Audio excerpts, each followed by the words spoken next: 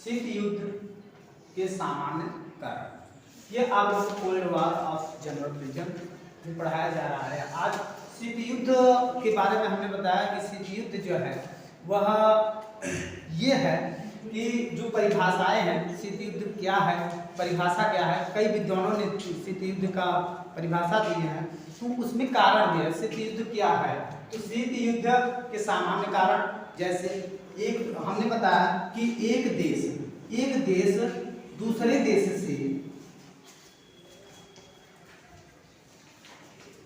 देश से जब यह आमने सामने रहकर बातचीत के माध्यम से या फिर अन्य के माध्यम से तनावपूर्ण माध्यम से जब यह एक देश दूसरे देश से जब युद्ध करते हैं वो भी किसी अस्त्र शस्त्र के द्वारा नहीं, जब ऐसी क्रिया होती है तो वह जो होता है वह शीत युद्ध होती है। किंतु इसमें क्या होता है, कोई न कोई कारण होता है तभी शीत युद्ध होता है। जैसे एक देश का क्षेत्रफल अगर इतना है तो वह क्षेत्रफल दूसरा जो देश होता है वह अपना विस्तार चाहता है कि हमारा यहाँ पर अगर हो जाए तो वह हम अपना यहाँ विस्तार कर लेते हैं तो हमारा कुछ न कुछ क्षेत्रफल अधिक हो जाए। तो वह एक दूसरे क्षेत्र के लिए वह क्या करता है, वह उनसे कुछ न कुछ अपने मर्जी के माध्यम से वह चला जाता है दूसरे देश पे अपना क्षेत्रफल बढ़ाने के लिए।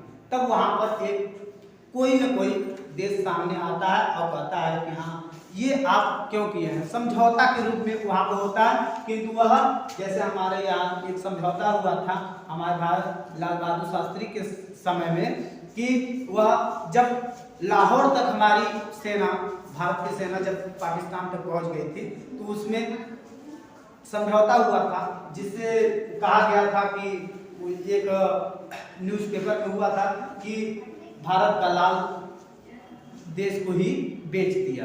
तो उसमें कई ऐसी घटनाएं हैं, आपको बाद में बताया जाएगा।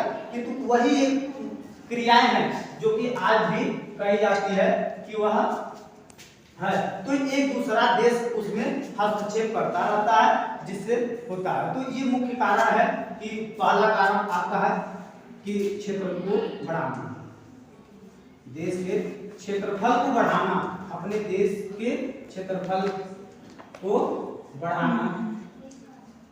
अपने देश के क्षेत्रफल को अगर बढ़ाते हैं तब वह एक शीत युद्ध का कारण बन जाता है।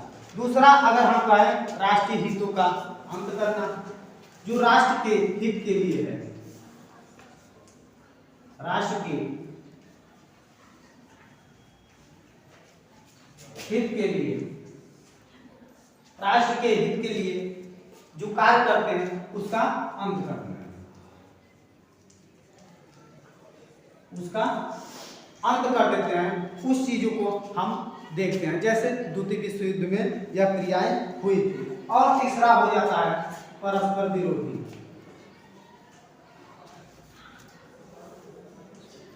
परस्पर विरोधी। परस्पर विरोधी के माध्यम से मतलब जैसे हमने बताया कि एक देश दूसरे देश से जब युद्ध के लिए तनावपूर्ण होती है तो तीसरा देश आकर उसमें हस्तक्षेप करने लगता है जिससे उसका भी एक विरोधी के रूप में होता है कि अगर हमारा दुश्मन बा तो हम ओकर साथ तो हम हमारा दुश्मन है। तो ये परस्पर विरोधी के रूप में आ जाते हैं। तो और भी होता है, उसमें होता है अविश्वास होता है। जैसे अगला हो जाता है अविश्वास, किसी पर अगर हम विश्वास किए हैं वह विश्वास घाती हो जाए, हमारा विश्वास तोड़ दे उसको, वह भी एक शीत युद्ध का कारण हो जाता है। कहते हैं कि अब कहीं न कहीं हमके मिलकर काम करके बताओ। और एक होता है परस्पर भय होता है, अगला हम उसको कह सकते हैं परस्पर भय।